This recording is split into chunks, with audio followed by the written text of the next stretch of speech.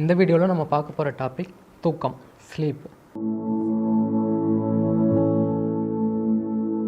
இது எல்லாருக்கும் தெரிஞ்ச ஒரு விஷயமா இருந்தாலும் ஏன் நம்ம இந்த வீடியோவில் சொல்கிறோன்னா, இந்த நவீன உலகத்தில் யாரும் தூக்கத்துக்கு பெருசாக இம்பார்ட்டன்ஸ் கொடுக்கறதில்ல.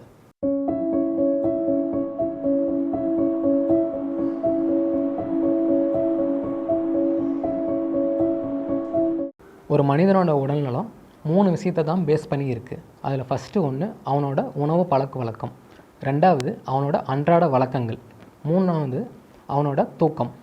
இந்த வீடியோவில் எப்படி ஒரு ப்ராப்பராக எப்படி நம்ம தூங்கணும், எவ்வளோ நேரம் தூங்கணும், எந்த திசையில் தலை வச்சு தூங்கணும், இந்த தூக்கம் நமக்கு பற்றாக்குறையான என்னென்ன பிரச்சனை வரும், அந்த பிரச்சனையிலேருந்து நம்ம எப்படி சரி பண்ணுறது ஆகியவற்றை டீட்டெயில்டாக பார்க்கலாம்.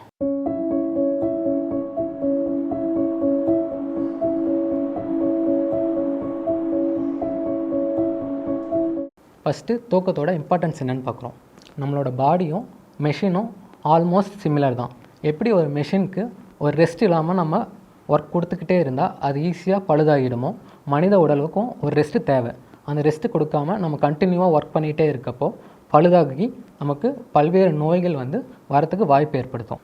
தூக்கத்தில் நம்ம எப்படி ப்ராப்பர் பொசிஷன் அப்படின்னு பார்த்தா, ஃபஸ்ட்டு இடது கையை தலைக்கு வச்சுக்கணும், இடது காலை மடக்கிக்கணும், வலது காலை நீட்டி வச்சுக்கணும்.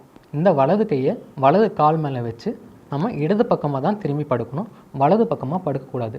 வலது பக்கமாக படுத்தால் நமக்கு செரிமான கோளாறுகள் உண்டாகும்.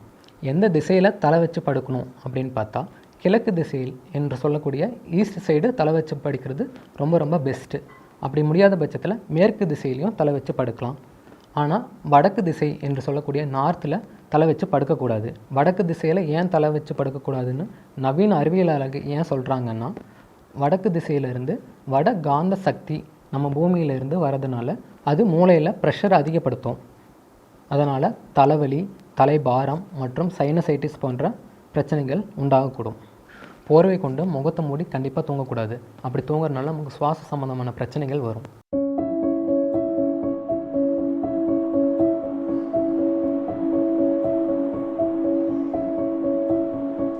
ஒரு நாளைக்கு எவ்வளோ நேரம் தூங்கணும்னு பார்த்தா, சிறியவர்கள் மினிமம் ஒரு 12 மணி நேரம் தூங்கணும். இதே பெரியவர்களாக இருந்தால் ஒரு 8 மணி நேரம். 50 வயசு கிராஸ் பண்ணவங்க 8 மணி நேரம் தூங்கணுனாலும் அட்லீஸ்ட் 8 மணி நேரம் ரெஸ்ட்டாவது எடுக்கணும். தூங்கி காலையில் எத்தனை மணிக்கு எழுந்திரிக்கணும் அப்படின்னு பார்த்தா, ஒரு 5:30 to 6 தான் இதுக்கு சரியான நேரம். அப்படியே சூரிய உதயத்தில் எழுந்திரிக்கிறதுனால புத்தி தெளிவு, சுறுசுறுப்பு மற்றும் பித்தம் தணியும். இரவு எப்போ தூங்க போகணும் அப்படின்னு பார்த்தா, இரவு உணவு ஒரு 8 மணிக்கு எடுத்து ஒரு 1.5 hour கேப் விட்டு ஒரு 9-9:30க்கு தூங்கி ஒரு 8 மணி நேரம் நம்ம நீண்ட தூக்கத்தை எடுத்துக்கொண்டு ஒரு 5 இல்லைனா 6 மணி அந்த டைமில் நம்ம தூக்கத்துலேருந்து எழுந்துக்கிறது தான் பெஸ்ட்டு. அப்படி அதிகாலையில் எழுந்திரிக்கிறதுனால புத்தி தெளிவு, சுறுசுறுப்பு மற்றும் பித்த சம்மந்தமான நோய்கள் தீரும். நீங்கள் ஒரு இரவு முழுமையாக தூங்கவே இல்லை அப்படின்னா என்ன பிரச்சனை வரும், இல்லை அரைகுறையாக தூங்குறீங்கன்னா என்ன பிரச்சனை வரும்னு இப்போ பார்க்கலாம். தலைபாரம், தலைச்சுற்றல், மயக்கம், சோர்வு, செரியாமை, பித்தம் போன்ற பிணிகள் வரும். இதனால் வர பிரச்சனையை நம்ம எப்படி சரி பண்ணலான்னு பார்த்தா, பால், தயிர் போன்ற உணவுப் பொருட்களை எடுத்துக்கலாம், பிராணாயாமம் செய்யலாம் மற்றும் எண்ணெய் குளியல் எடுக்கலாம். எண்ணெய் குளியலும் பிராணாயாமமும் எப்படி நம்ம ப்ராப்பராக எடுக்கணும்னு ஆல்ரெடி நம்ம சேனலில் வீடியோ பதிவிட்டிருக்கு. அந்த வீடியோவோட லிங்க்கை இந்த வீடியோவோட டிஸ்கிரிப்ஷனில் கொடுத்துருக்கேன், வேணுங்கிறவங்க போய் பார்த்துக்கலாம்.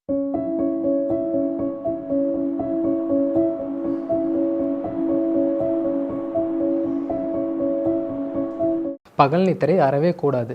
ஏன்னா பகலில் தூங்குறதுனால உடல் சூடு அதிகமாகும். பகல் நித்திரை ஒரு சிலர் எடுத்துக்கலாம். யார் யார் எடுத்துக்கலான்னு பார்த்தா, வயதானவர்கள், பேச்சாளர்கள் மற்றும் மனநோயாளர்கள் பகல் நித்திரை கொள்ளலாம். ஜூன், ஜூலை ஆகிய மாதங்களில் பகல் நேரம் இரவை விட அதிகமாக இருக்குது. அந்த நேரத்தில் பகலில் தூங்கலாம். இப்போ யாரெல்லாம் தூங்கவே கூடாதுன்னு பார்த்தா, பாம்பு கடித்தவங்க பகல் நைட்டு 2 நேரமும் நோய் சரியாகிற வரைக்கும் தூங்கவே கூடாது. படுக்கை வகை எப்படி இருக்குன்னா, கட்டில் இல்லைனா கோரை பாயை யூஸ் பண்ணலாம். வெறுந்தரையில் படுக்கக்கூடாது. படுக்க இடம் தூய்மையாக வச்சுக்கணும். தூக்கமின்மை, இன்சோம்னியா பிரச்சனை இருக்கவங்க தூக்கம் வரத்துக்காக ஜடாமாஜில் 5 கிராம், 2 கிராம் சீரகத்தோட 4 ஏலக்காய் சேர்த்து கஷாயம் வச்சு வடிகட்டி குடிச்சு வரலாம். மற்றும் அமுக்ரா சூர்ணத்தை 2லேருந்து 4 கிராம் அளவுக்கு பாலில் தூங்க போகிறப்ப குடித்தாலும் நல்லா தூக்கம் வரும்.